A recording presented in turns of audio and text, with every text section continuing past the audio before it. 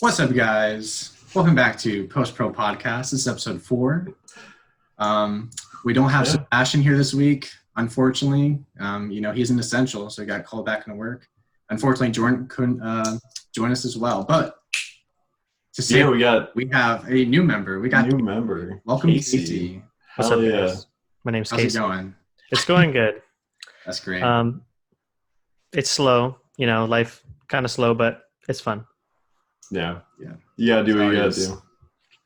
But So let's hop right in. Episode 4, Post Pro Podcast. I think there's been some pretty cool things happening movie world. I read today that Tom Hanks's blood is being used for the coronavirus cure. I thought that was kind of neat. that's actually kind of neat, yeah. Yep. Yeah, I mean, of all people, Tom Hanks. Yeah. They gotta get that celebrity blood in there. Somewhere.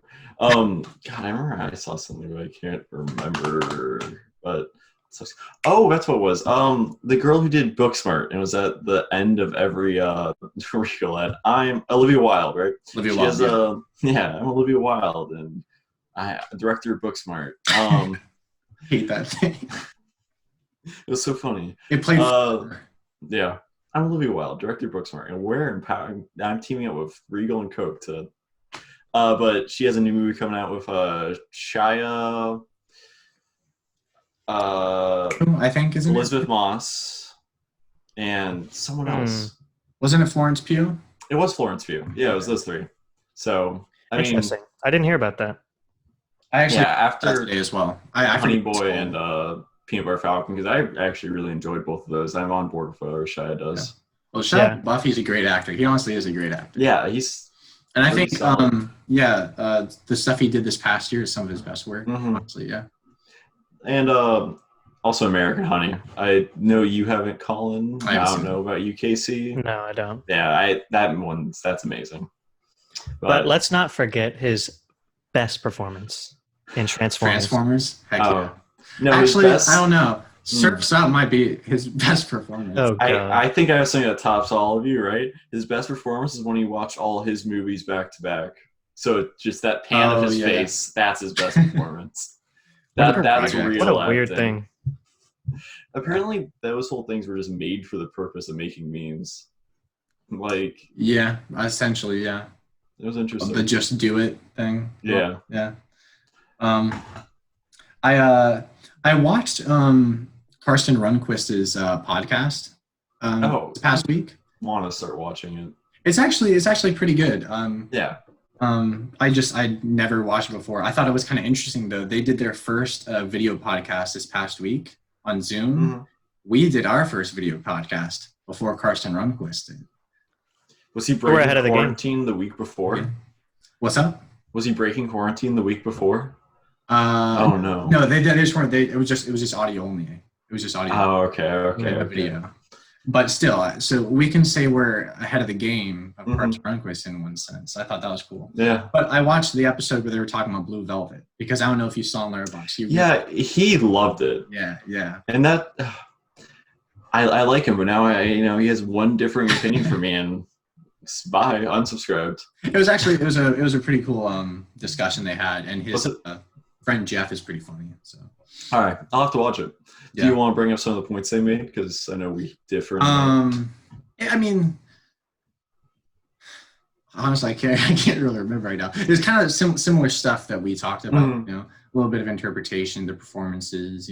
It wasn't super in depth or anything. I'm very glad that I still continued with Lynch even after having a very disappointing kind of like round one. Yeah. But like everything else that I've watched from him has actually been really solid so far. Yeah. And it was pretty cool. Oh, I saw an article.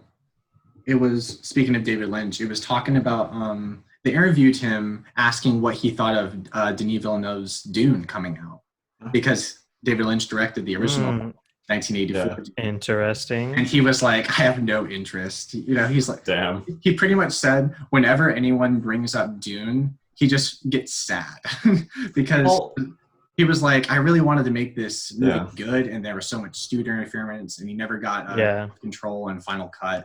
And he just looks at it as like this big failure in his career. So he's I'm not surprised. Whenever Dune is brought up, he's just like, no, Yeah, it was interesting. I was looking at his filmography, and he made Eraserhead, The Elephant Man, and then Dune. Yeah. And you just think about that. That makes absolutely no sense. Like, Eraserhead was like a cult hit, and that mhm. really got attention to the studios, I guess. And like some studio was just like, that guy's gonna adapt the sci-fi book that we acquired the rights for. And then George Lucas was like, "Hey, want to direct Return of the Jedi?"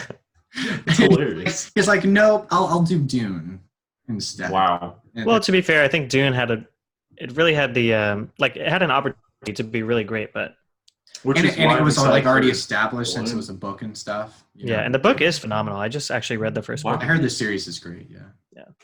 Cool. Wish I could read. You can't read? Question mark. I mean, did you hear what I said? Question mark. But continuing on, I guess. Yeah. So I mean, I just thought that was kind of cool. Yeah. Did you hear that Georgia is planning To open up, like that's mentally insane. April 27th? I was like, holy crap. Yeah, What? that's crazy. There's no way that's gonna happen. I think it's gonna happen, but it's just gonna. No, it'll happen. But what will happen is they'll close again in 3 weeks when they realize, oh my God, we have so Yeah. many What have we cases. done? Because Yeah. aren't It's they just started over again. aren't they already really high on cases? Like one of the highest in the states. I don't know. I'm not remember sure. I doubt it But because I the did- population is pretty low. I did read that some of the theaters were like, no, we're not. Doing Oh, damn it! I was thinking Yeah, about just driving up to Georgia, going to see a movie. It's Yeah. too early. It's too early. No, for sure. No, I completely agree.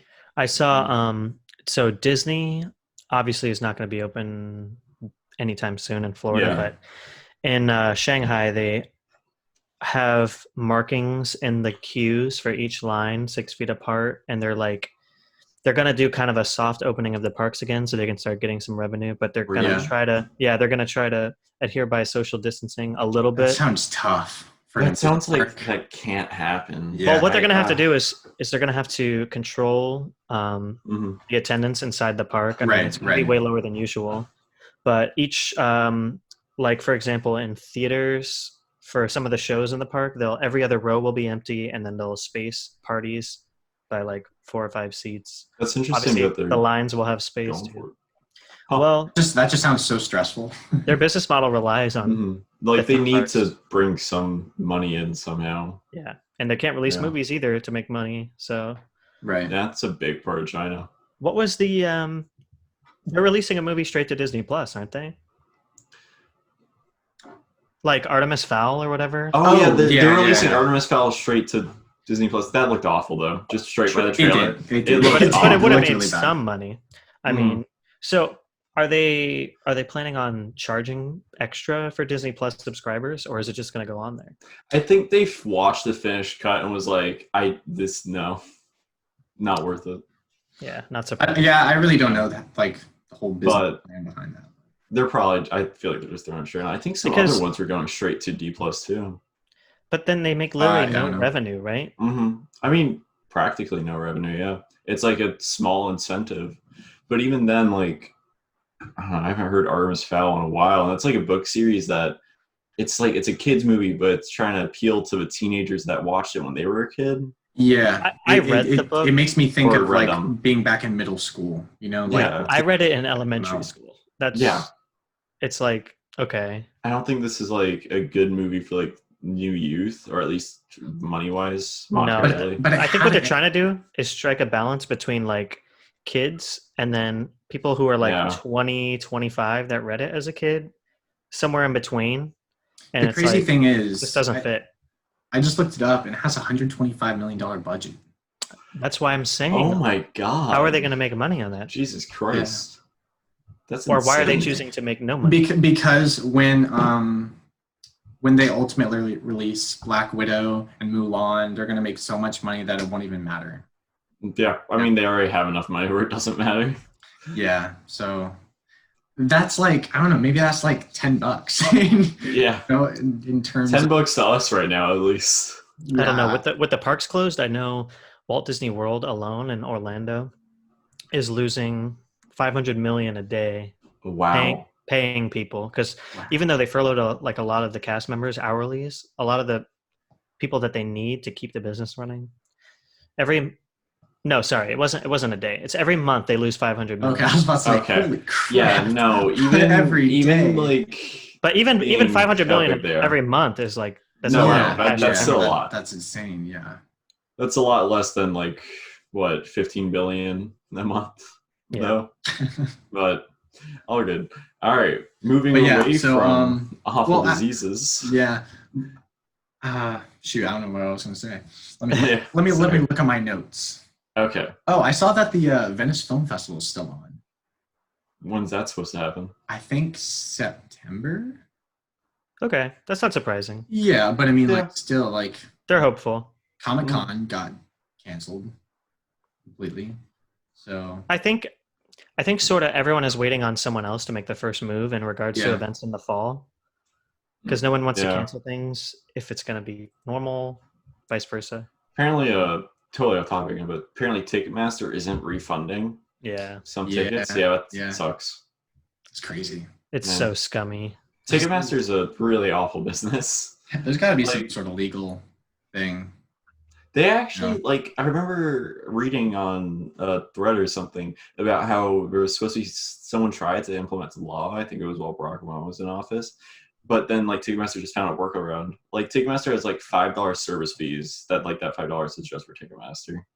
It's insane. Really? Yeah. Yeah, it's really scummy. However, Yeah. And then I also saw that Hunger Games. There's a Hunger Games prequel coming out, or it's been announced. Oh my Like, God. what? Not only is it like 5 years too late, yeah, but I thought we were over. I mean, the Hunger Games, I like the books. The movies were fine. They're okay. But is anyone really talking about Hunger Games anymore? No, that whole It's like genre of that's- movie is dead. The whole Yeah. teen post-apocalyptic. Yeah.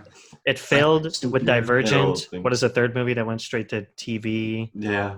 Failed with Divergent and um, Maze Runner. Maze Runner. That was Maze the other Runner. one. Mm-hmm. It's And, like what was that? other no one really wants to watch that anymore. Twilight.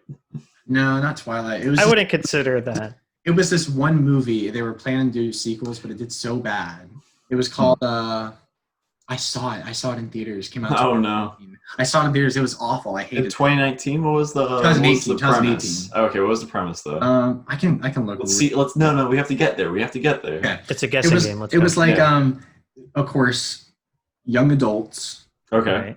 Some sort of like global catastrophe happens, and people are like certain individuals are given the ability of superpowers. Oh, And there are that different one. levels I to know. the severity of their powers Mhm. and stuff like that. And it's like only And of the course kids there's, like, have a the powers. yeah, exactly. There's Yeah. some government like entity after who wants to like weaponize Yeah. them and stuff like that. And like the adults are like trying to take away their parents and they're like, or their powers, and like adults bad. I remember seeing the trailer for that. And of I'm course, gonna be there's, honest. I have no idea what you're talking about. there's that The like trailer was sappy really romance and stuff. funnily bad though. Oh, like the it was movie was so hilariously bad. The Oh, I movie love was those. hilariously bad. bad.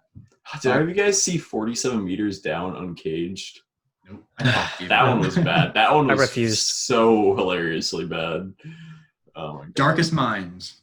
Darkest Minds. God. That's That- what I- it was. Don't even think I've heard of that. So You're Maybe not I'm missing lucky. Much. Not missing much. It was All right. really bad. So this was brought up around my dinner table. But so if you guys have to pick one movie, Stranded Island, what movie do you pick?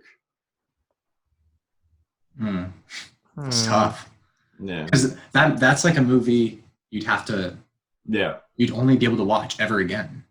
Yeah. See, my idea was Synecdoche, New York, even if like Really. because I mean like I watch it and I just get different meanings and I smile, I like it there's enough thought that I think you could keep me going.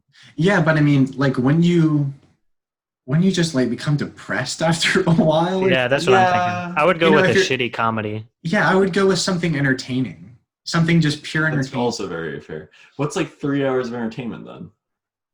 Endgame. That's actually a fair point. That's I think solid. Infinity War is a much better movie, but Yeah.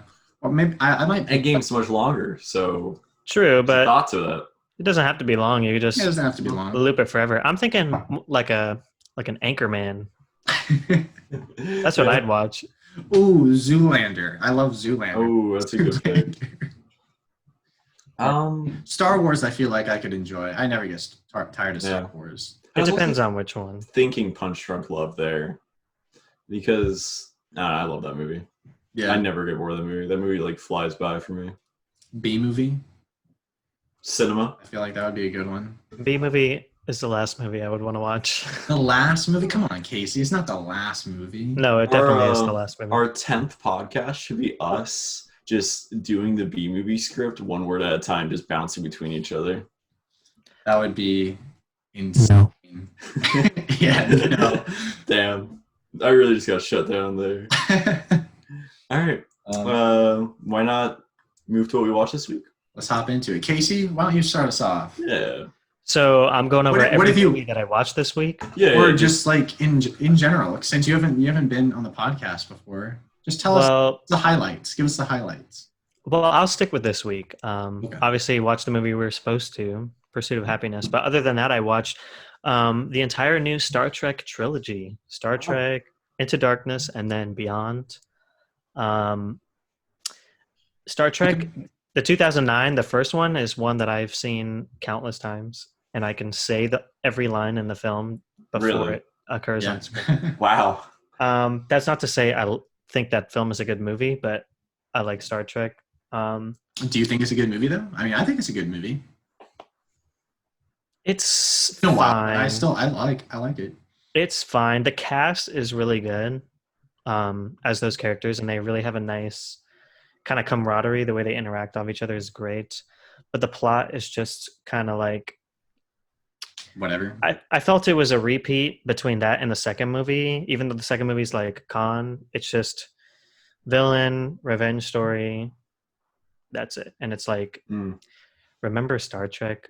Remember this reference? Remember this reference? Especially in the second one. I think Into Darkness is the worst of the three. Oh, really? I like Into Darkness.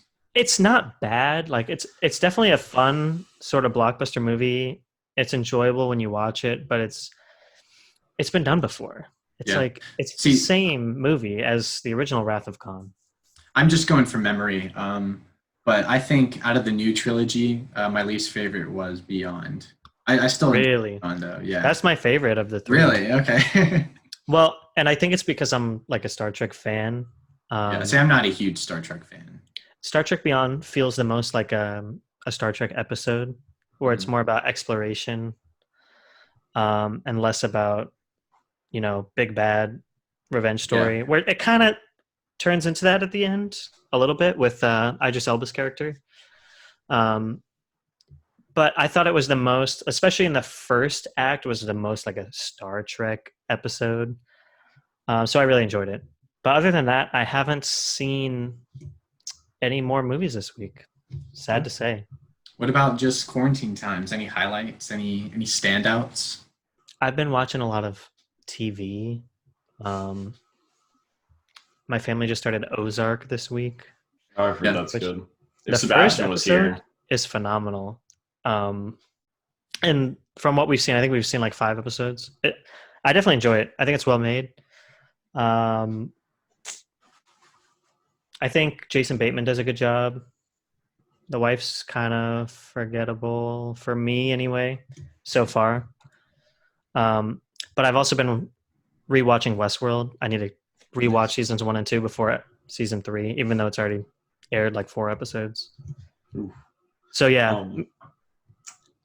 I haven't seen Westworld, but I heard that's something I'm interested in. Yeah, I would say brother wrote that, I think, or helped. Yes, yeah, and J.J. Abrams is a producer on it. Oh, I didn't know that. Yep. So I think it's really well made. It's some of the best TV. I think HBO in general does a lot of the best TV that's being made today.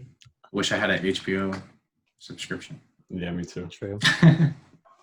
I still need to see Chernobyl. I haven't seen Chernobyl. So good.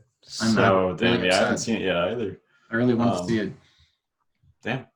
All right. C into C. Oh, that's yeah. So since I'll just go from the last podcast. Okay. So Inherent Vice. We watched. Yeah. So this wasn't part of our PTA catalog.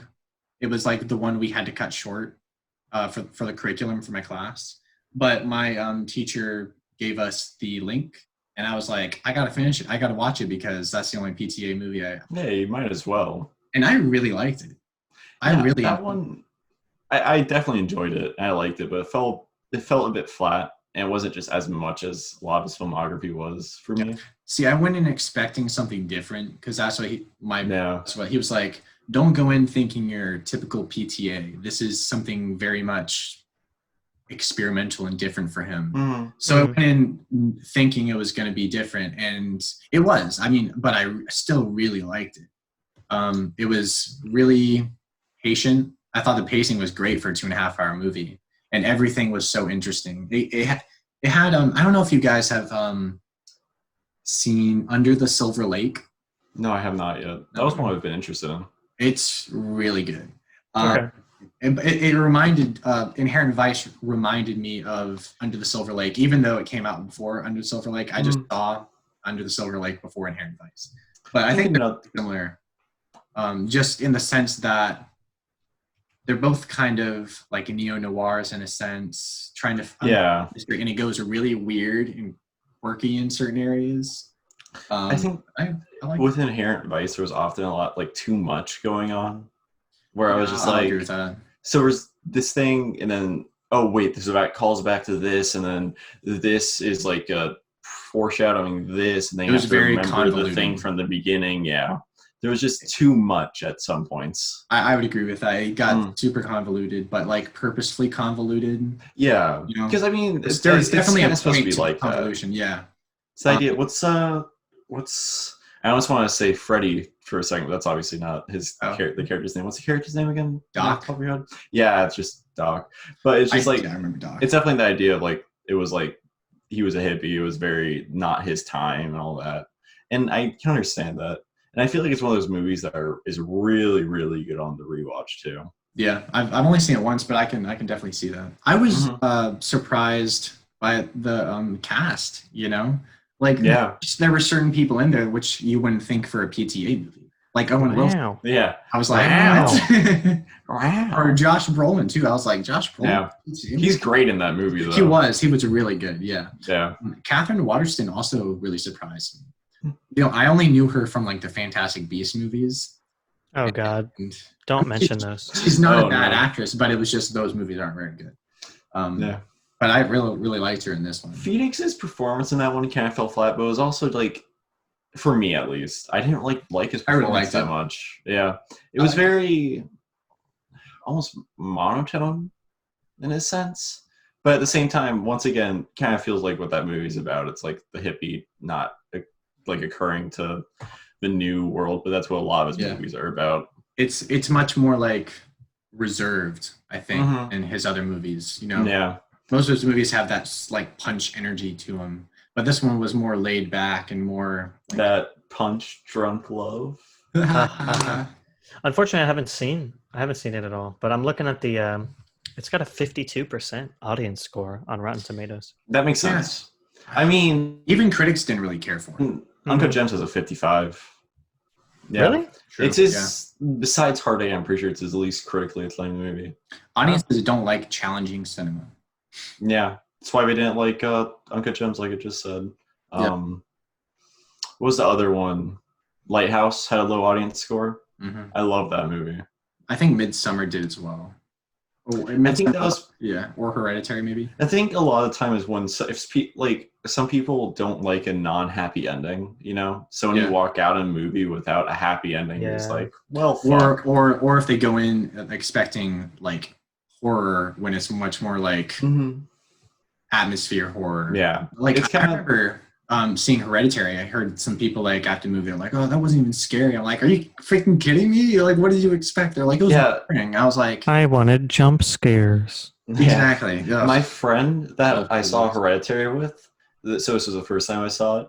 He was literally like, he never moved. He was never scared. But I was literally shaking every time. Every time. God, no. Oh man, I want to remember Tony Collette's character name so bad, but it slips. I don't remember name either. Slip. But every time her character like turned a corner, I was like ready for something to happen. It was so like tense. Like the ambience in the film It was amazing. I love that movie. Be on edge like all throughout. Yeah. It's my 5th favorite A24 movie. Yeah. Yeah. Do you prefer Hereditary or Midsummer? Hereditary, easily. Yeah. What about you, Casey? Yeah. It's hard. So I hadn't actually seen Hereditary, so Midsummer was the one I saw first between the two, Right. and I really like that movie. I like how it's slow. A lot of people would say boring, but it's very atmospheric, like you said. I love it. I think I might prefer it just a little bit. Yeah. They're both fantastic. They're very different movies. Yeah. Yeah. Exactly. Like same tone, yet incredibly different. Yeah. I prefer Hereditary. I Yeah. have seen that one 3 times as opposed to Midsummer twice. But I feel like, I don't know. I think Hereditary, even like if I saw Midsummer again, I feel like Hereditary would hold out.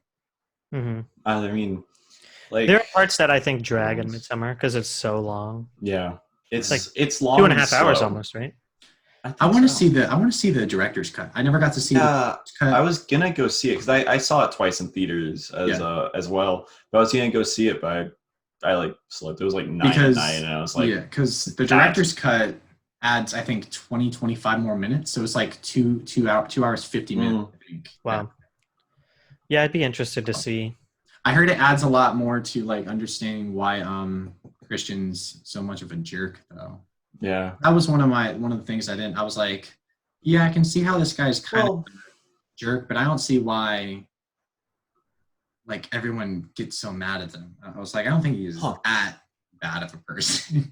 I don't know. That's something yeah. Was that your impression of Christian? Christian, you're talking about like the protagonist beside like the girl's boyfriend? Yeah. Yeah. You thought he was a jerk in the movie? Well, he's framed to be a jerk.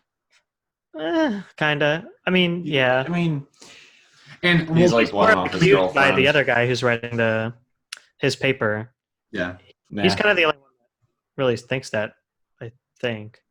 Well, I mean, I don't know. I was going from like I read some of what the director was saying and stuff. He's like the director's cut adds more to make the audience like dislike Christian more. Okay. So I figured that was the intention. Yeah. Okay, interesting. A jerk. Yeah, I think I'd be interested to watch that. There's maybe not even a level of framing. Well, obviously framing Christian as a jerk for the audience, but like also putting you inside of Florence Pugh's character's mind. I'm all for remembering characters' names, sadly, because that is your protagonist. That's who you follow. Yeah. So, like, that's who you're supposed to like resonate with in a sense. Right. Yeah. Mm-hmm. All right. What movie were you on that we just got on that train with? Inherent Vice. Yes. So anyway, I liked Inherent Vice. How did we get there? How did we get here? Okay. Then after that, I watched Noah, Darren Aronofsky. Oh. It was okay. I was actually kind of disappointed with it. I'm a huge Darren Aronofsky fan, so I went in knowing that it didn't have like a good critical or audience score. Yeah. And so I was like, but it's Darren Aronofsky. It's my man. I know it's his least critically acclaimed movie. Yeah. That's the Russell Crowe Noah. Yeah. Mm-hmm. Yeah. It when I think of Darren Aronofsky, I think grounded like realism. It's like hyper realistic. It's in your face, metaphorical, but it's still like super real. And I know this is based on like Old Testament stuff, but it just felt like when it started, it was like a dystopian fantasy, and I was like, what? It was weird. Have you guys? You've seen it, Casey? I saw it once when it came out. Yeah. It was just it felt a little off for me. It wasn't bad. I agree that something about the tone was just kind of a little strange for me. Yeah. I thought Russell Crowe was also kind of an odd choice. I didn't think so. I thought he did fine. I liked him. Okay. I don't know. Maybe it was all right. That's kind of the vibe I got when I watched it, and from people that I know are just kind of, Yeah. It was definitely like his most blockbustery movie, if you will. Yeah, for sure. Yeah. When it comes to the action sequences, the special effects, and then the cast too. I mean, it had like Logan Lerman and Emma Watson. It was like, yeah, that was. I didn't like Logan Lerman. I didn't think he was very good. Face value just doesn't really seem like an Aronofsky film. Yeah, it's Yeah, weird. it's more like almost even I wouldn't say Michael Bay, but like Yeah, kind I of mean, getting there.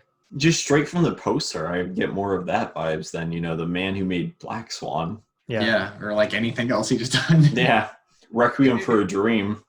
It was it. I don't even know how like because I had like $150 million budget. It just seems I wild. think That that it's even another happened. case like how with David Lynch, where a studio sees that this indie filmmaker is like really killing it, and then they're just like, take our money, make something good. Well, I mean, he was already established. Like you could say that like Black Swan was Yeah. Oh, is this a the bigger budget. what year did Noah come out? 2014. Oh, really? I thought it was 2007 for whatever reason. No, this No, this not middle. was Yeah. before Mother. Oh, wow. Yeah, then you're really right. Then I don't know. Then yeah, he was definitely Yeah. established. I Different. thought it was before Black Swan. I think the other thing now, Colin, I have, like I said, I've only seen it once, but I'm pretty sure that like no one ever mentions God in the movie. No, he does. Oh, he does? Yeah. Okay. I don't know if they ever say God, but they definitely refer to him. Like he. Okay. Can't use the Lord's name in vain. I just remember watching it That was a once and joke. being super weirded out. Like he built the ark because he had a vision, but like never really explained it well to anyone. No, I thought that was actually explained pretty well, and the imagery, especially in like his dream sequences and stuff, I thought were amazing. I mean, Darren Aronofsky knows how to create some visual images and stuff. I mean, the that's true. fountain. I think I'd have to watch Oh, it the again. fountain! Honestly. Oh, love the fountain. I still need to watch it. I've just seen some of the visuals and Oh, been like, it's- holy shit. Absolutely amazing. Oh. All the like space shots and stuff. They did a micro photography of chemical reactions. That's incredible. That's Wow. awesome. There was like That's really fucking very sick. limited CGI. Wow. Darren Aronofsky, you gotta love him. So after I watched Noah, I watched Steven Spielberg's Munich. Have either of you guys seen that? No, I hadn't even heard of it until I saw you log it. It was actually really good. I really Huh? enjoyed it. It's based on the true story of the Munich massacres Yeah. at the '72 Olympics, and it was really interesting. It gave a lot of insight to the political and just the political views going on back then, and how because I knew that like Israel and Palestine weren't necessarily friends.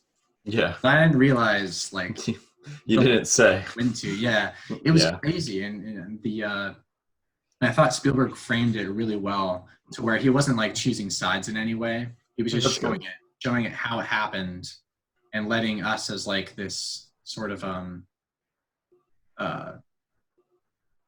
just person watching, be able to like see like, whoa, that was crazy, or like they did that, because it really had those like, wow, that actually happened, moments to it. Mm. And of course it was Spielberg, so it had some awesome one takes, and it was just super tense all the way through. I really enjoyed it. And when it comes to movies like based on true stories like that, I'm usually a sucker for those. Okay, fair It enough. was really good. Yeah. Do you know the what's the release date on that movie? Came out in 2005. 2005, yeah. Okay. Eric Bana, Daniel Craig. Those are the biggest names in it, but it has some recognizable faces in there too.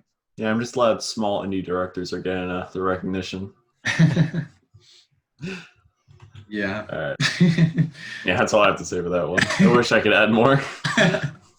After I watched Munich, I rewatched Eagle Eye with Shia LaBeouf. Another one I hadn't heard of. I hadn't seen in a while, but it was really enjoyable.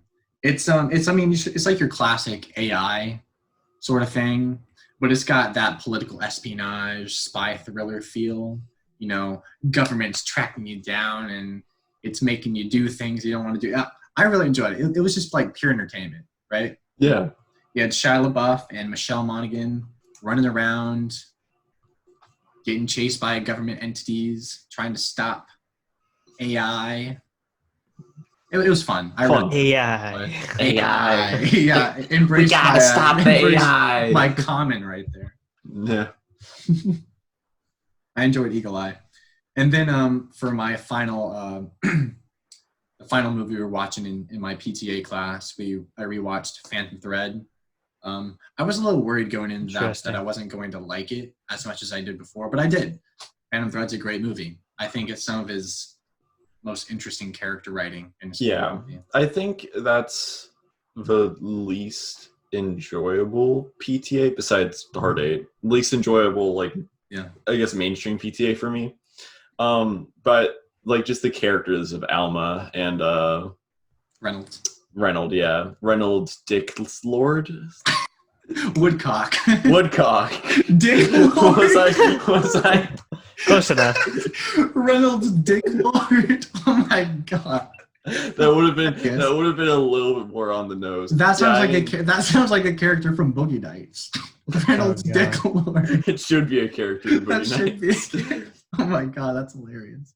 Yeah, it does. It's all good. But I really enjoyed Phantom Thread. I really like Phantom Thread. Oh, it's definitely a great movie. This was the first time I'd seen it since seeing it back in theaters in 2018. So yeah, I liked it. Anytime I watch a slow movie, I'm just sad I'm not seeing it in theaters. Like, do you think you enjoy slower films in theaters more? You think? Oh, for sure, because it's more like I got big speakers and I've got the massive screen. It's just like I have one thing I'm paying attention to. Right. Yeah, I get that. Mm. Really? I feel like I enjoy big like action or visual spectacles in the theater, and then I prefer kind of like more character-based stories at home. Really? I think I just prefer everything in a theater. Same. Yeah. Yeah. I miss it. Yeah. After we wrap up like our what we've watched this week, Thomas, I wanted to do like a PTA rank comparison. I think that'd be kind of that'd be cool. Yeah, just to see what we think. But so after Phantom Thread, I watched Pursuit of Happyness. So we'll get to that here in a little bit. And then I've gone on this little like blockbuster binge. I'm going through all the DVDs I have here. So I rewatched Jumanji. And wait, the original or the Rock? The original. Okay. I'm talking the original Jumanji. Gotcha. And it kind of sucks. It's not very good.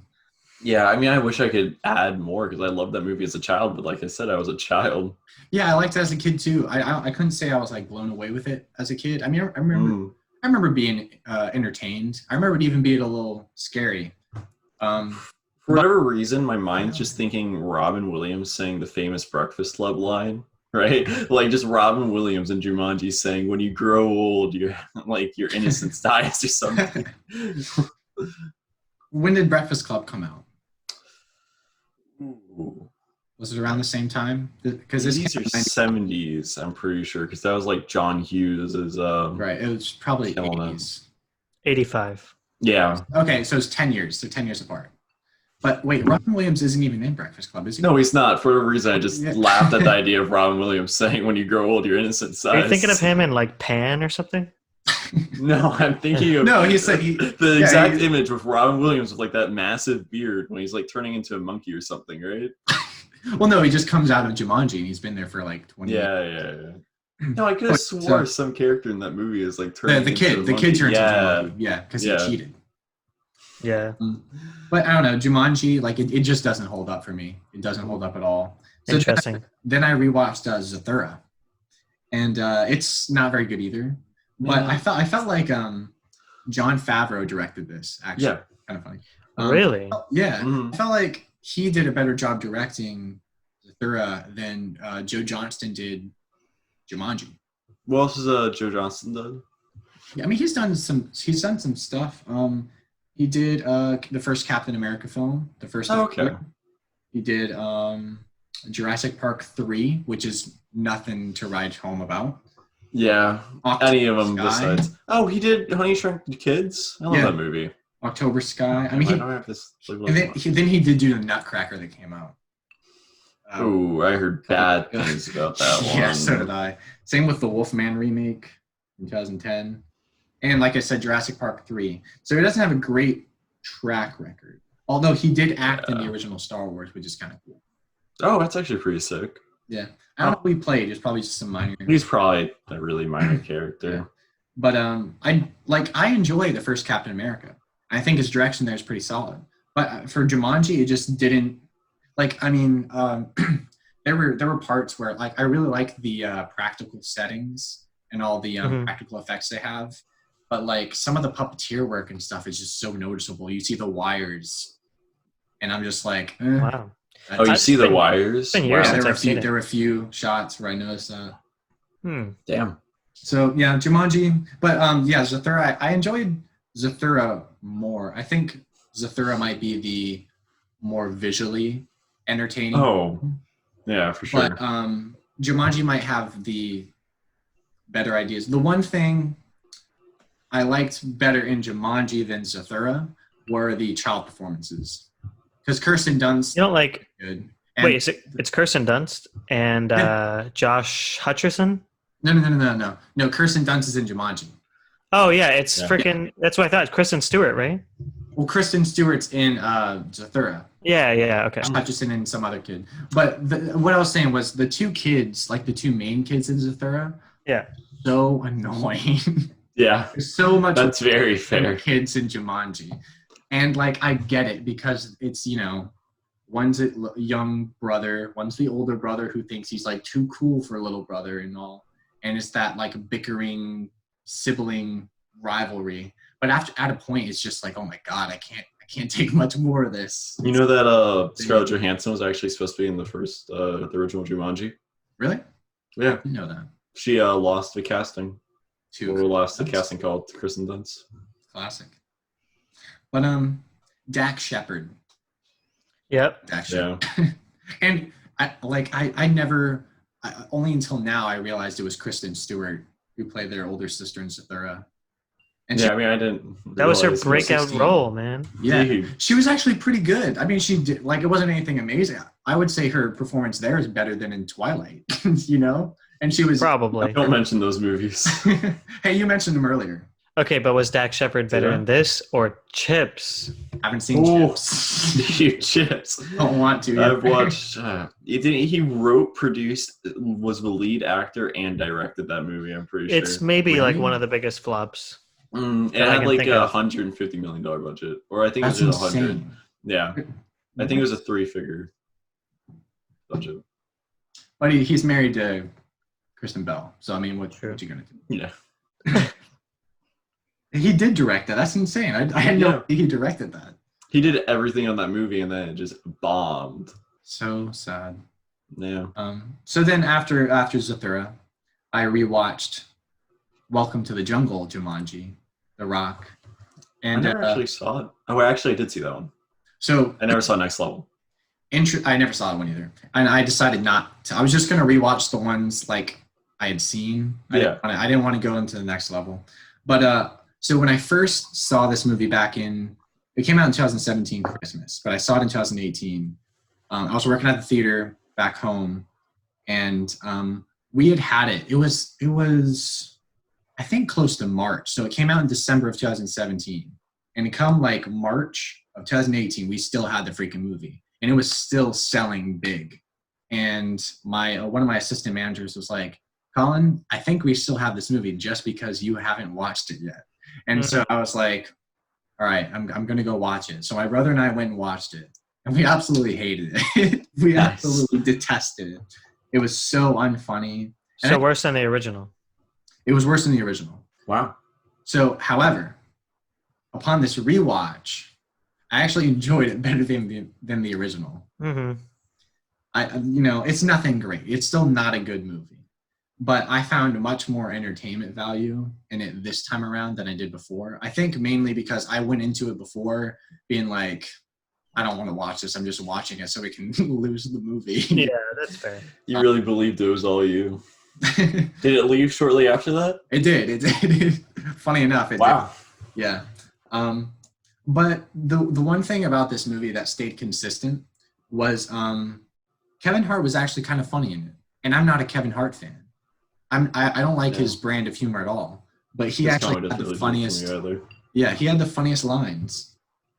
So it came around on me. It's still not great. I gave it like a 4 out of 10, but I mean it's better than before.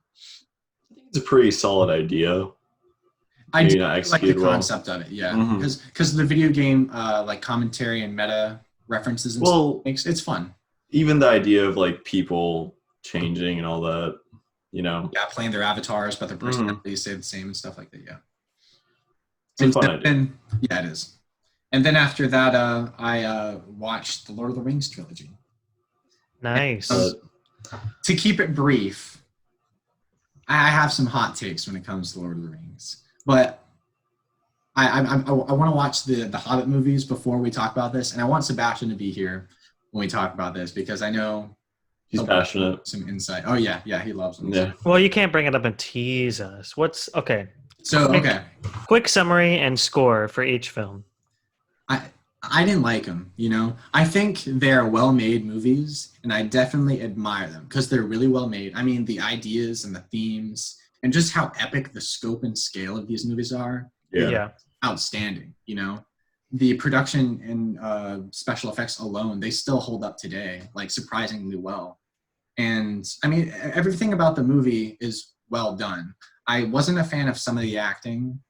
And I felt like the tone got a little too like cheesy and melodramatic at times. Sure. But, and this is when film becomes subjective. I just can't get into the story. Like the story, as vast and like should be interesting as it is, the characters are not interesting to me. I don't care for them that much, and the story, I just can't really get into it. You know? Yeah. Yeah. I will say for 3-hour movies, they go by surprisingly quick. You know, it was never anything to do with like the pacing or length.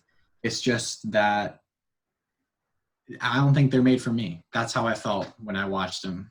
Well, I would say it's definitely a phenomenon similar to Star Wars, where you have the films, they're one thing, but then you have the entire novelization and then like background to the novelizations, and there's so Lore. much Yeah, the mythology. lore out there, exactly, that people invest themselves into, and they kind of, it becomes a part of their life, and they kind of forget about like what the films are. It and creates films its themselves, own culture. right? The films themselves, you're right, the characters in them are not amazing, and I mean, like you said, they're well made, but I think when people invest themselves into the entire universe, Yeah. they get a kind of a skewed vision of those movies. So And so I was thinking, because I am a huge Star Wars fan, and I do like, I'm not super into, you know, I really only watch the films. I haven't seen the TV shows or read the books and stuff.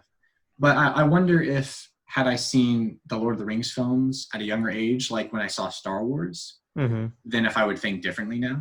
There's a lot of movies that I watch, and I'm like, if I just saw this at a younger age, I'd love it. You know? Yeah, but then again, I think of Harry Potter, and I didn't get into Harry Potter till much later. Yeah. Well, they are not as high a fantasy as Lord of the Rings, but they are still fantasy films. Yeah, I mean, I tried watching those as a kid, but I didn't like them. Yeah. I haven't tried to revisit them yet. The Harry Potter movies? Mm-hmm. Yeah. See, I got into them like when I was a teenager. You know, it wasn't when I was young at all. Like Star Wars, I was watching those when I was like 4, you know? I think that's the right point for like Harry Potter, because it's arguably darker than Star Wars. Sure. Well, that's the thing about Harry Potter that maybe I don't like is I enjoyed the first, I would say 3, definitely 2, maybe the third one. I enjoyed those more because they were fun. It was whimsical. I mean, it's magic. It's people pointing wands and doing stuff. It's fun. Yeah. And then it kind of digs itself into a hole where it just gets darker and darker and darker, tonally and visually, to the point where the 6th movie is like black. Alfonso Cuarón directed 3 or 4, right? I think he did 4. No, he did 3. It was Pursuit of Happyness. Okay. Yeah. I know he did one of them. All right, I guess it's my turn. Yeah, go for it, Thomas. So we'll talk about Lord of the Rings next time. Yeah. You know, whenever I watch the Hobbit movies. Watch the podcast next time. Colin, I would just say don't get your hopes up for the Hobbit movies. I've actually already seen them, but it's been such a long time. Okay. I mean, I saw the 3rd one in theaters, which was 2013.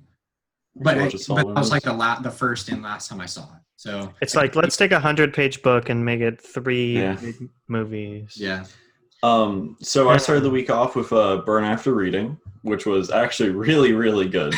I loved it. Yeah, no, I hadn't seen it before. I think I like this movie a lot more than then Snatch. I'm just bringing this up because Brad Pitt, but Brad Pitt's performance in Snatch over his performance in Burn After Reading, but they're both great. See, I haven't seen Snatch, but I love Brad Pitt's performance. Yeah, you'd love Brad Pitt in It's Snatch hilarious. then. Yeah. Dude, no, he's great in Burn After Reading. That scene killed me. There were definitely multiple points in Burn After Reading where I was just like dying laughing. Which scene are you talking about? Because there's so many. The scene. The closet scene? Yeah. Yeah. There's just a lot of moments that like I was just dying laughing in Burn After Reading, which is what I feel like I need from a Coen Brothers comedy. Because like honestly, even Fargo isn't my favorite. I think Big Lebowski I definitely like a lot more, but it's always a lot more serious, and I feel like I'm wanting to laugh more, and it's like it's smart comedy, you know? Oh yeah. It's smart humor. Yeah. Mm-hmm. But they got enough wit and enough zaniness to mesh well. Yeah, and like in this one, it just worked. Oh yeah. Then I followed that up with Sex, Lies, and Videotapes, which is Soderbergh's indie hit, which was actually great. Like, some of the acting was hit or miss for me, but like just how the film laid out and like the actual writing and the screenplay itself was phenomenal. And it was just so interesting. And he really like developed these characters in a really like just really what's the word I'm looking for? Thought out, maybe fleshed out. He really fleshed out the characters where you just understand them. And then this was your first of his, right? Yeah, I've never actually seen another Soderbergh movie. He did the Oceans movies. Yeah, I want to watch Ocean's 8 or not Ocean's 8, Ocean 11. Not you don't want to watch. No, not that one. Not that one. 11. 11, 12, 13. And then on the 20th of this month, I rewatched Harold and Kumar Go to White Castle. Okay. We can just go by. We know how much you love it. Best film. Yeah, actually, I love that movie though. Hey, is that a movie you would take to you if you were stranded on an island? With Casey's thought process of it, yeah, probably. Yeah. Just something where I can watch it and just be like, yeah. Something to put you in a good movie. Maybe Harold and Kumar Guantanamo Bay. Maybe that one. I haven't seen the other ones. I want to watch them though. And then I watched this. I call it like an indie short, and I saw it was on your watch list. So I want to know how much you know about this, but it's called "It's Such a Beautiful Day," and Don Hertzfeldt. Yeah. Oh my God, it blew me away. I heard that is pretty stunning. Yeah. Have you seen any of his shorts? No, I haven't seen the other ones. World of Tomorrow and all that. Yeah, I've seen the first one of that, but let me pull up his page. A couple of his shorts are actually It's Such a Beautiful Day is a combination of 3 of his shorts. Right. Yeah. Mm-hmm. It's a feature-length version of 3 shorts. Yeah. Mm-hmm. But a 60-minute feature. It's definitely a short feature. Yeah. Fair. Rejected is probably one of my favorites he's done. But yeah, I've seen quite a few of his short films, and he's really funny. Yeah. It's very like it's dark humor, but done so in a like very human way. You know, I've seen It's Such a Beautiful Day, but I heard that one is. It's a lot less funny. Yeah. Like once I finished this, my mouth was dropped like through credits, and I literally couldn't move. I was speechless. And then I literally 5 minutes after still, like I didn't do anything. Yeah. And then I watched it online with a friend, and they literally went, wow. And I literally didn't respond for another 2 minutes. I was starstruck by this like piece of art. It was quite amazing. Like it's on my favorites now too. Yeah. It blew me away. I would recommend checking out some of his shorts too, because I want to go through most of his catalog before I watch It's a Beautiful Day. Mm-hmm. I think you can watch it right now for free. It's on what's the other one video website that like kind of combats YouTube? No, Video. Oh, Vimeo. Vimeo? Yeah, it was on Vimeo. That's what I thought it was, but it's such a stupid name. But it's on like Vimeo. Video, but it's me, Vimeo. Yeah, clever. No, but it's on Vimeo, and they have like a renting service. So you can rent it. It's like $4 to rent. I definitely think it's worth it. But I didn't see this until after the fact. But if you go to its Letterboxd page, I think you can watch it for free right now. I think there's like Oh, a really? little code if you enter, you can watch it for free. Oh. Yeah, I'd recommend checking that out. Yeah, I But definitely like to see it. an amazing piece of art, without a doubt. Then I followed that with finally watching Citizen Kane. Um, Honestly, it didn't blow me away. Yeah, I still have yet to see it. It's really good, but I'm just bored. It doesn't have enough to keep me going. Besides, like the ending's actually fantastic, and I guess how they unravel Rosebud's definitely really good. I have some complaints here and there with it, but it's definitely a really good like look into Kane's life. Yeah, But I think there's a lot of a problem for myself where I just get bored when I'm watching an older film where it's just like, wow, this isn't as stunning visually, or there's not as much going on the screen, which it's not their fault. It's just me. And I think there's a level it's just of a different time, you know. modern. I'm just a zoomer, just a zoomer. And Pursuit of Happiness, we will go over that after I guess I finished mine. And then I rewatched Magnolia, and this rewatch pushed that like half-star gap after it and made it a 5 out of 5 for me. Nice. That film, It is good. It is good. it's just like the way he weaves the stories together, and how if you like look at it, technically they're all connected through this long chain, and they like all like in some little way affected each other. I think it's amazing. It is great. Casey, have you seen any Paul Thomas Anderson films? I don't think I have, which is sad, and I need to. You should watch There Will Be Blood this week. Okay. Yeah, There Will Be Blood and The Master are both on Netflix. Okay, I'll put them on my list. And Magnolia. Magnolia. Yeah. I was literally thinking, I know he has one other on Netflix while I was talking about Magnolia. But Thomas has they're amazing. Punch Drunk Love. Well, I mean, Jordan has it right now. Yeah, I'm going to try and pick it up tomorrow, but we'll see. Okay. But, and then I guess we can start talking about this. Pursuit of Happyness I also watched, which was... Do we want to go into Pursuit of Happiness? I thought you watched Dr. Strangelove. Oh, shit. Thanks, diary. Oh, I forgot to put it on my diary. I watched Dr. Strangelove. That was really good. Really good satire. Nice. Yeah, that one was also just really funny, and like, and that one was 64, I'm pretty sure, because Clockwork Orange was 69. No, 71. Clockwork Orange was 71. Clockwork Orange was 71, yeah. Yeah, and then 2001 was 69. 68. So close. Yeah, but that was really good. I need to watch more of Kubrick's stuff. I've only seen that in The Shining. Yeah. I mean, most of his stuff is good. I haven't seen all of his films, but there was one in particular. I watched The Killing for the first time last year, and I really did not like it. Uh-oh. I don't know. I think that one was on Amazon Prime. I think so. I think there's that like whole set of 3 that are on Amazon Prime. Yeah. I need to see Dr. Strangelove though. Dr. Strangelove was really good. I can highly recommend it personally. Yeah, it wasn't on my diary, so it probably the same thing that happened with Return of the King for me. Well, you have to click specify the date you watch this on Letterboxd. Oh, okay. Otherwise, it won't go into your library. Mm-hmm. Gotcha. But so before we move on to you want to talk about PTA lists? Let's do our ranking. Yeah, let's do our ranking. All right, let's do it. Let me pull it up. I can say mine real quick.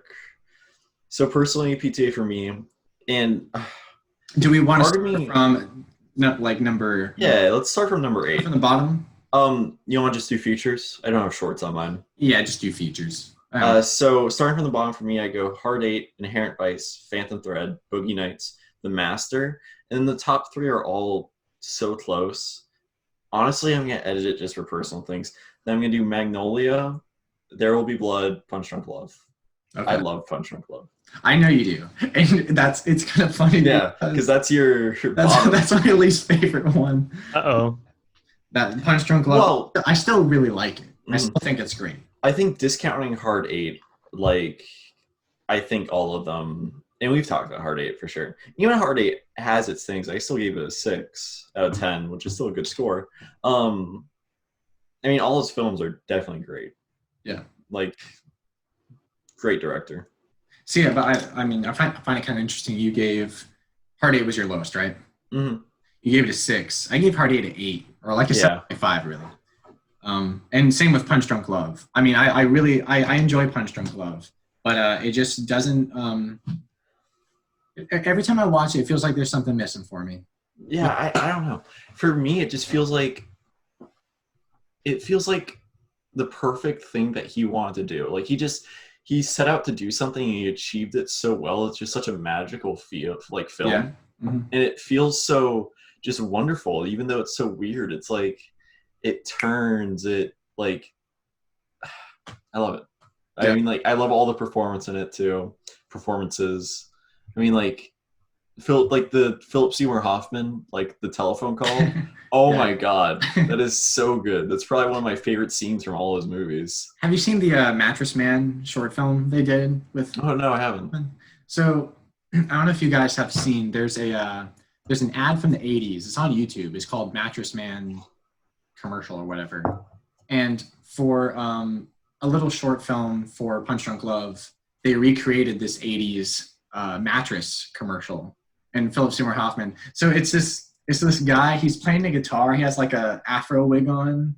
He's walking on a big like trailer, and then there's a car next to the trailer with a bunch of mattresses on top of it. And he's like, "Hey, I'm the mattress man. Blah blah blah. Buy this. We got discounts. Blah blah blah." And he's like, air playing the guitar, and then he just jumps off the trailer onto the mattresses. He's supposed to land on the mattresses, but he bounces and falls off. Oh god. Hilarious. And they recreated it. It's just really funny. If you get a chance to watch it, it's on YouTube. I'll watch it after the podcast, probably. It's like I can't imagine it's the recreation of a trailer. It's like 3 minutes then. Well, it's not a recreation of a trailer. It's a recreation of a commercial. Yeah. Oh, yeah, of a commercial. Yeah. So it's still like it's like 30 seconds. Yes, it's like. So it's like he did one with Philip Seymour Hoffman. He did one with Adam Sandler, and we all know who Couch turned out. Couch sucks. Couch is awful. It was a half star away from just a 1.5 for me because there's some solid slapstick in there somewhere. But then even that's just ruined by Adam Sandler's honestly pretty terrible brand of comedy sometimes. Yeah, they were just having some fun. Yeah. They faulted too much. I mean, he probably he made it in probably 10 minutes. Oh yeah, probably I'm just sure they slapped it together. Yeah. Mm-hmm. So my ranking goes from the bottom, Punch Drunk Love, though I still really like it. Then Hard Eight, which is right there with Punch Drunk Love. Inherent Vice, I really enjoyed. Boogie Nights is next, which I also thought was really good. Interesting. If you push it back, if you subtract Punch Drunk Love from the equation, our bottom two would be the same. Yeah. Yeah. True. Yeah, I mean, I love Boogie Nights though. I like it definitely a lot more than you do. Maybe. Yeah. I thought it was great. I just I felt like what were your main issues with it?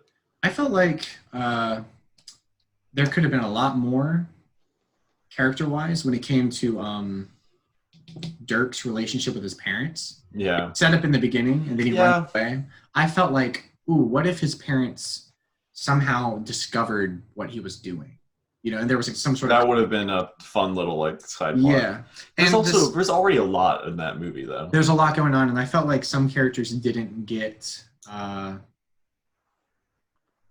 as much... I felt Don Cheadle's character. I liked his little mini story going on and his arc at the end, but it just didn't really feel necessary because there was a little of...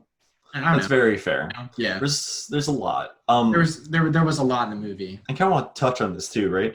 But even still kind of Hard Eight. But up until Punch Drunk Love, a lot of PTA's work was very, very much more grand. While Punch Drunk Love Forward, it's a lot toned down. It's very focused on one character.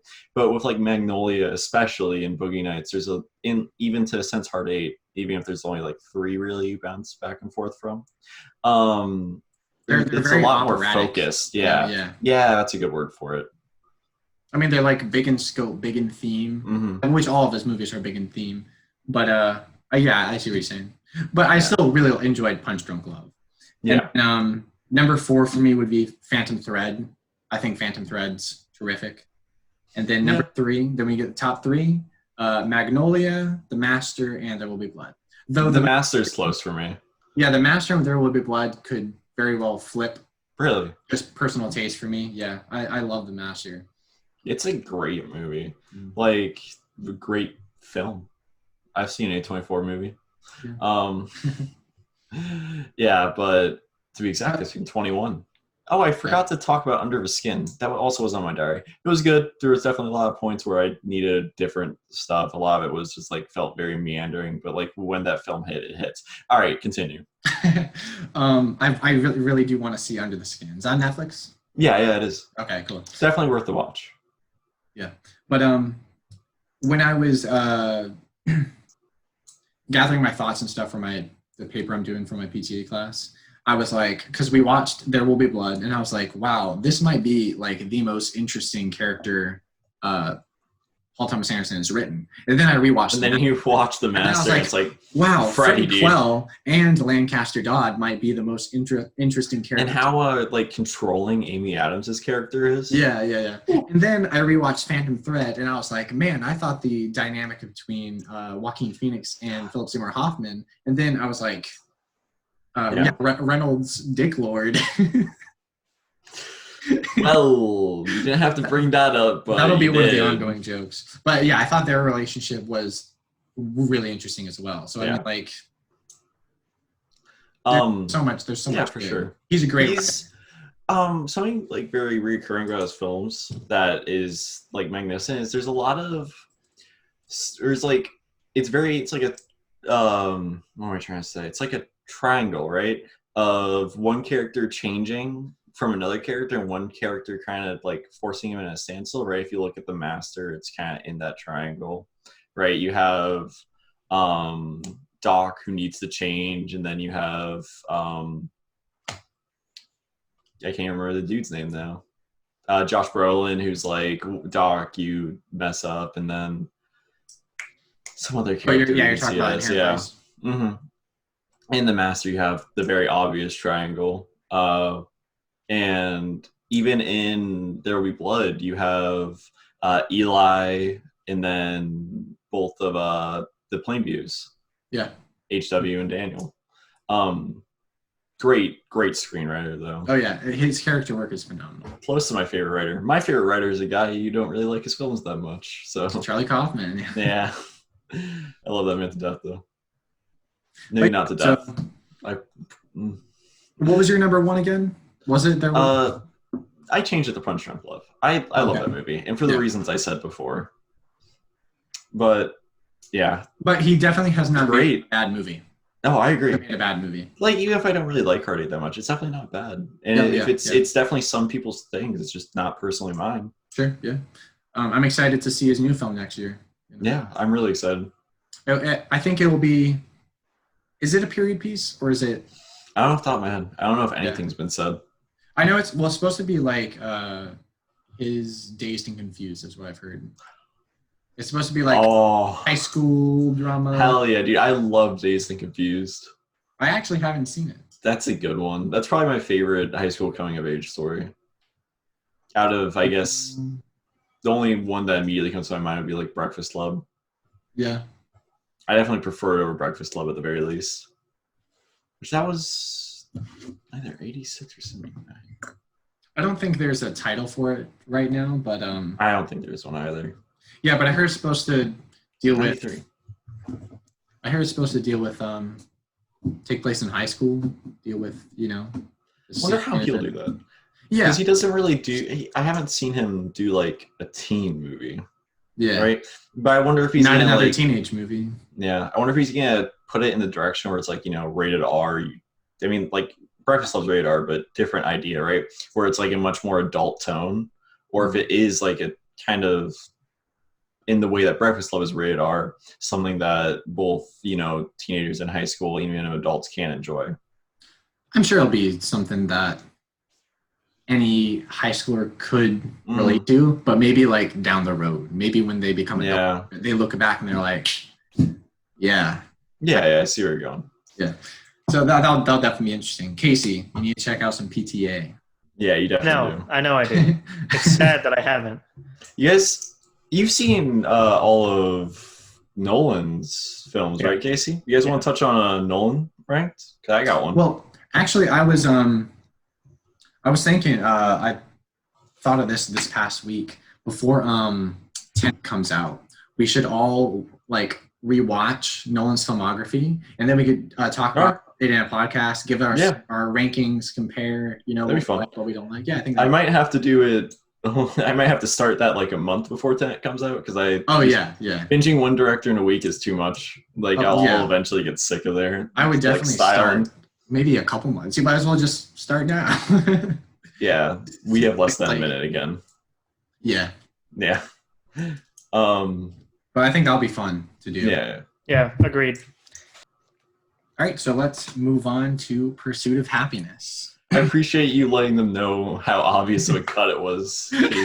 He could have looked for it somewhere. He could have been like, okay, maybe I can fit in here. But instead he just like... All right, so Pursuit of Happyness. Yeah. It was Jordan's movie he picked, but he's not here, so... Sadly. We're going to talk about it anyway. We're going to talk about it anyway. So it's fair to say we all enjoyed it. We all liked it to some extent. Yeah, it definitely actually, at the very least, passed the time for me. I don't think it I think it was paced pretty well. Yeah. I think my main issue with it was how dumb it felt at times, right? Like it was like. What do you mean by dumb? He ran into that the person who took his machine for the third time, you know, and the narration was the narration wasn't way necessary. too much. It wasn't necessary at all. Pretty dumb in my opinion. Sorry, I missed everything you said. Oh, really? Yeah, Shit. it paused for me as soon as you started talking. I think there were a lot of events in the movie that felt like that was just like, okay, that's unnecessary luck. It felt very like the script needed somewhere to go, and so it took the easy way out. Convenient in that sense. Which, yeah, it was very convenient. Which there were also a lot of points that I absolutely loved. I think were really, really well, especially the I guess I'll call it the cave scene, the bathroom scene. Yeah. And there were a lot of points where I was just like, wow, this is great. I need more of this in this movie. Where it feels real. I've seen a struggle. Oh yeah. Not, oh my God, he's running into the person that stole his box and I'm chasing after him. You know. Yeah. You know, I see what you're saying. Those parts didn't really bother me that much, though. I don't know. It felt like it almost felt sort of fantasy-esque in a way, anyway, just from the beginning. Yeah, but fantasy-esque in a true story, because it's like a level above just a based on true story. Like the guy is at the end of the movie too. Yeah. Yeah, I know that scene. Mm-hmm. And then the other thing I see what you're saying, though, yeah, was that the narration was pointless. Yeah, it didn't. Silly. Yeah, it told you exactly what was happening. Mm-hmm. Yeah, it felt derivative.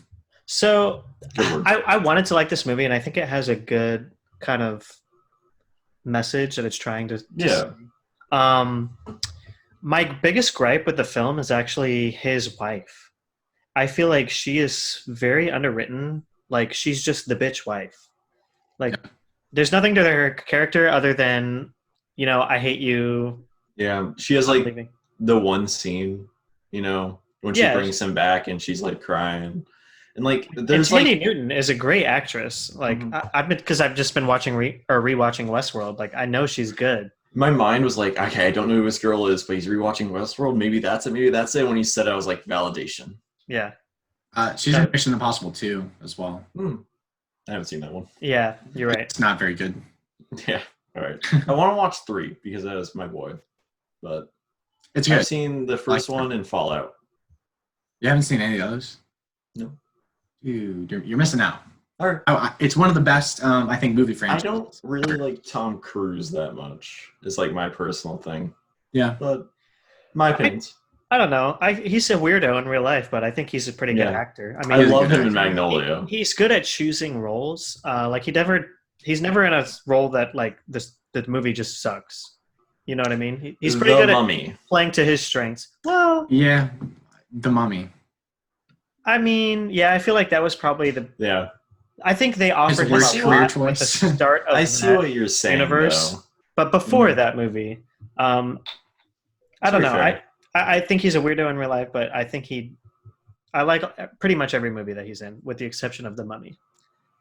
Yeah, that's very fair. You should watch Magnolia. That's my favorite performance I've seen by him. Magnolia's, man, that movie is so good. What about Tropic Thunder? He's hilarious Oh. in that movie. Yeah, I mean, honestly, I've never watched it. I've Oh, seen you I like haven't scenes. seen Tropic Thunder? I like Tropic. No, I want to see it. He's like near unrecognizable in that movie. Mm. Well, I've seen his scenes where he's like next to Bill Hader. I love Bill Hader to death. If you guys haven't watched Barry, I think Barry is some of the best television I've ever watched. Interesting, yeah. Yeah, I love that show. But Bill Hader has a couple interviews where he talks about how he'd be sitting next to Tom Cruise in table reads, and he's like, "I'm sitting next to fucking Tom Cruise." Yeah, then, yeah. I think I've seen that interview. Yeah. And like Tom Cruise is like, "Oh, all right, let's do this, buddy. We got this." That friend, Yeah, that's funny. he's someone. He sure as hell is someone. But going back to Pursuit of Happyness, Yeah. the wife is my least favorite part of the movie. I that's think really that fair. Will Smith has I like the interaction with him and his son, obviously being his real son. I think And there's- Jane's good in this. Jane's Yes. pretty good. Yeah, I think they're. Yeah. I think some of my favorite my favorite scene of the movie actually maybe when they're like playing basketball. Yeah. It's just a really That was slow, a good scene. Yeah. easy That was to definitely a good film. scene. Because Nothing it felt crazy real, going on. you know? Exactly, and it feels real. It really Yeah. felt. I don't know what, and The- it's that father-son I relationship. wanted more of the moments that felt real, like they were really in a struggle, you know, and like him, like even like the working scenes where he's like really going at it. Those are good too. Well, I want to ask you guys. So, one of the biggest criticisms that I saw, and kind of, I mean, maybe a little bit felt, but didn't really when I was watching it, was the fact that a lot of people said that the homelessness wasn't like gritty enough. It was kind of almost The a fairy cave tale. scene. The cave scene was just the most real that I Yeah. got. But I think there Because is I a fair legitimately point in felt that. like I was. it I was was like he worried was at for his them when the bottom. person was knocking on the door and stuff. I was like, oh my Yeah. God. That was my favorite scene in Yeah. the movie Scary. for sure. Yeah. But I can definitely see what they're saying. I think maybe at the start, Mm-hmm. right, where it's like they're just staying in there, and then like he has his friend help him. But I think there's definitely a point where it feels real.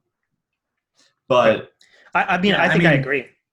yeah, It's, you know, I mean, you're going to have the people that say nothing that any film portrays is going to be real enough, you know? yeah, I thought it did a really good job of just portraying like the hopelessness he had, you know? the struggle. Yeah, the struggle. Because, of course, we can't really Yeah, we haven't relate to been that there. situation, but it felt really real to me, you know? It was scary. You know, you really felt for the guy. Mhm.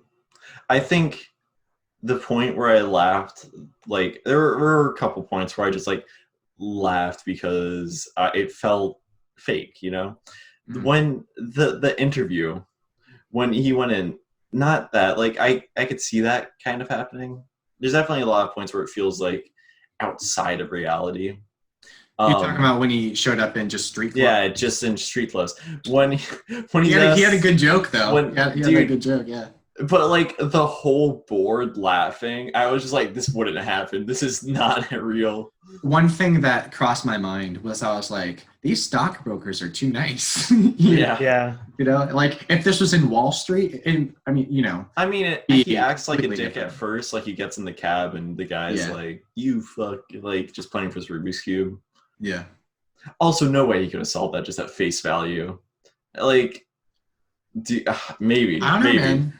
I've only Well, ever, he did talk a little bit about how the center of each Yeah. face is the right color. So he knows some of the Mechanics. Yeah. strategies of solving it. So maybe, I mean, it's possible. But that's another thing that I was wondering after How I much was how done much with of it the was movie. true? Well, no, actually I was happened? wondering. Oh, okay. Like, so his big break is that he gets lucky that the guy, you know, liked that he solved the Rubik's Cube. It really had nothing to do with his struggle. Yeah. Well, I feel like that was just like him still, but like that wasn't like working hard. I don't know. Well, to bring up one of the criticisms I found most when I was reading reviews and stuff like that. Yeah. Lots of people were saying that the ending, like, it wasn't a good message. It was saying that money can buy happiness, and I didn't necessarily agree with that. Yeah. I see where they're coming from, I mean, but I see their idea. Yeah. It's not like he like worked his way out of being poor. I don't remember. Is there like a specific line that's like if you're like lower middle class family living a good life, fuck you, be sad. Is there a No, I line think that like no, I think to an extent money does buy happiness, but only from no? the I point mean, of view of being like from being homeless to yeah, having a job. Yeah, no, I think because I that's mean, what I like was trying to say. that end scene, he's over the moon that he just got that job, which Mm, was a huge risk, by the way. If he didn't, because there were 20 yeah, people getting it, then he would still be homeless, still be living. He was happy to be able to get the opportunity to get a job and earn some money.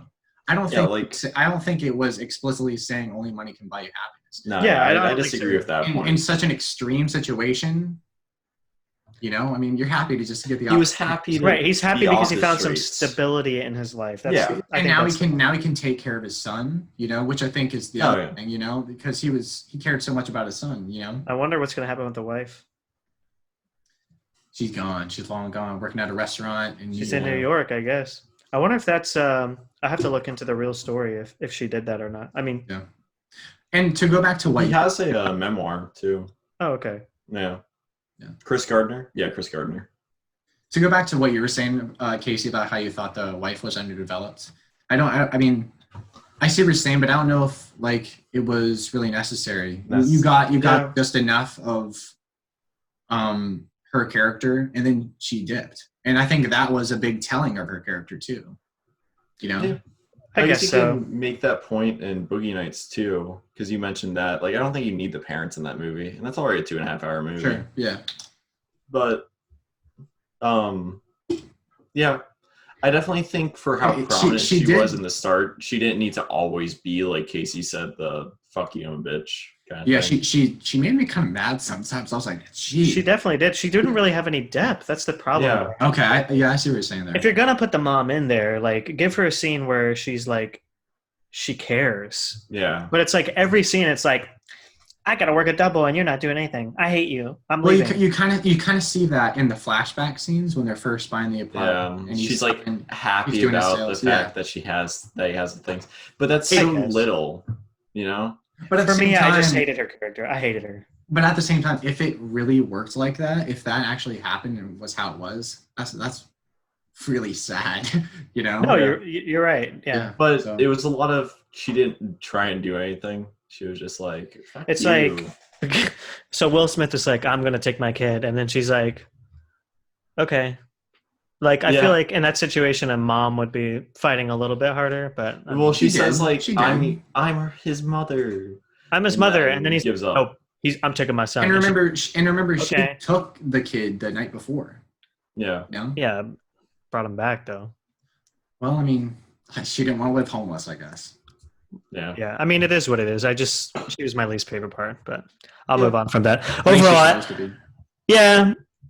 Whoa! I don't know, What happened to your mic right there? Your mic got really aggressive. Maybe right I think I maybe just yelled. I think so, dude. I'm getting heated. Oh my god. Let me tell you. Calm down. I mean, fucking bitch. Overall, I thought I wanted to like it. I ended up liking it.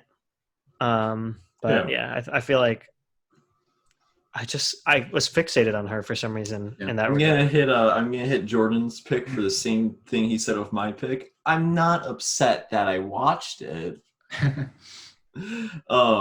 No. You don't think you'll ever revisit it? No. Yeah. I mean, a lot of movies I don't think I'll ever revisit. Because there's just so much out there, Oh yeah, definitely. Only like really hardcore 5 stars or movies that I really like but I might not think that they're great films are stuff that I'll revisit. Other things or like things that I want to rewatch that it's been a really long time. But I don't think this one I'm just like one and done. Even in like years, if I see it, I'll be like, that was all right, and then keep going. I think I think it definitely has one of Will Smith's best performances. I agree. I think it's the I'd best say performance it I've ever has, seen. yeah, probably, yeah. And I mean, Jaden Smith is really good at it too. He should have just stayed a kid, stayed Yeah. an actor. He should have just not grown up. Yeah, I think a lot of he's Will Smith's. something. I think a lot of the reason that I liked him in this movie is the fact that he actually was interacting with his son, and it Yeah, felt real, like we Yeah. talked about a little bit earlier.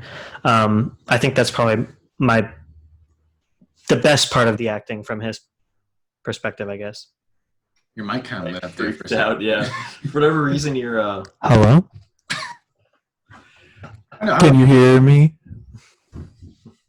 But yeah, so it did take me a little bit to get into the movie. I think it was because of the narration. At first, I was like, yeah. I'm just like, why is this here? Why is this here? But I mean, it wasn't like super detrimental to the enjoyment of the movie. And by the end, I was so like in with his character and in with his struggle and in with the plot and all. I mean, at the end, I teared up a little bit. I'll be honest. Yeah, I really liked it. I liked it. I liked it. Did not tear up. Sorry to say that. I think I got close during once again, we'll bring it up, the bathroom scene. Yeah. But yeah, so I think now would be Casey's pick. Have you Casey's pick. Well, okay, This is so Casey's pick. I have two options. So I want to run this by you. Have you guys, either one of you, seen any of Bong Joon-ho's other works? Yes. I've only seen Parasite and I've seen Okja. Okay, Colin, what have you seen? I've seen Memories of Murder and The Host. Okay, well, neither one of you said the one I was going to suggest. So Is it Mother? No, my pick is Snowpiercer. And I've seen Snowpiercer. I have seen Snowpiercer. Oh. We actually talked about this. Remember, I think Jordan brought it up. Yeah, Jordan brought it up last podcast. Yeah. Okay. I've seen Snowpiercer too. It was going to be one of his picks because Jordan actually likes Snowpiercer quite a bit. Yeah, I didn't like Snowpiercer. Okay. Well, sorry, Casey. no, it's okay. Then my pick. You probably both have seen it, but it's been so long that I've seen it that. Honestly, I like the idea of even if you pick something, we're like just having something that we can discuss fresh in our mind too. Yeah. Even upon a rewatch. All right, let's do it. Let's go for it. Snowpiercer it is. Well, tell us just the other one you were gonna. The other one I was thinking of because I haven't seen it in 8 years is Sweeney Todd. I haven't actually seen it. I haven't actually seen it. Okay, Sweeney Todd then. Edit it out. Hell yeah. Edit that out. Where is it? Why not? Watch it. It's on Netflix. Sweeney Todd is on Netflix. Yeah. Is it? Okay. Hell yeah. I mean, like I said, I haven't seen it in probably like 8 years now, but I think it's great from what I remember. Music's Dylan really and I got into really. He thought it was really weird when we talked about it. Well, Dylan doesn't. You said Dylan, right? Yes. Yeah. Well, he doesn't like Jake Gyllenhaal either. So I mean, doesn't even matter. Well, to be fair, it is weird, but the story is weird, and it's a Tim Burton film. I'm actually looking forward to watching it. So I've been seeing it on Netflix. I've been like, why not?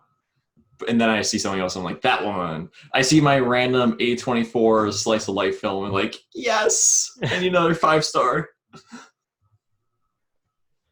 So Sweeney Todd. Sweeney Todd. I'm excited about it. I'm excited to see what you guys have to say about it. Yeah. I've never. That'll be a fun one. I actually haven't seen much Tim Burton at all.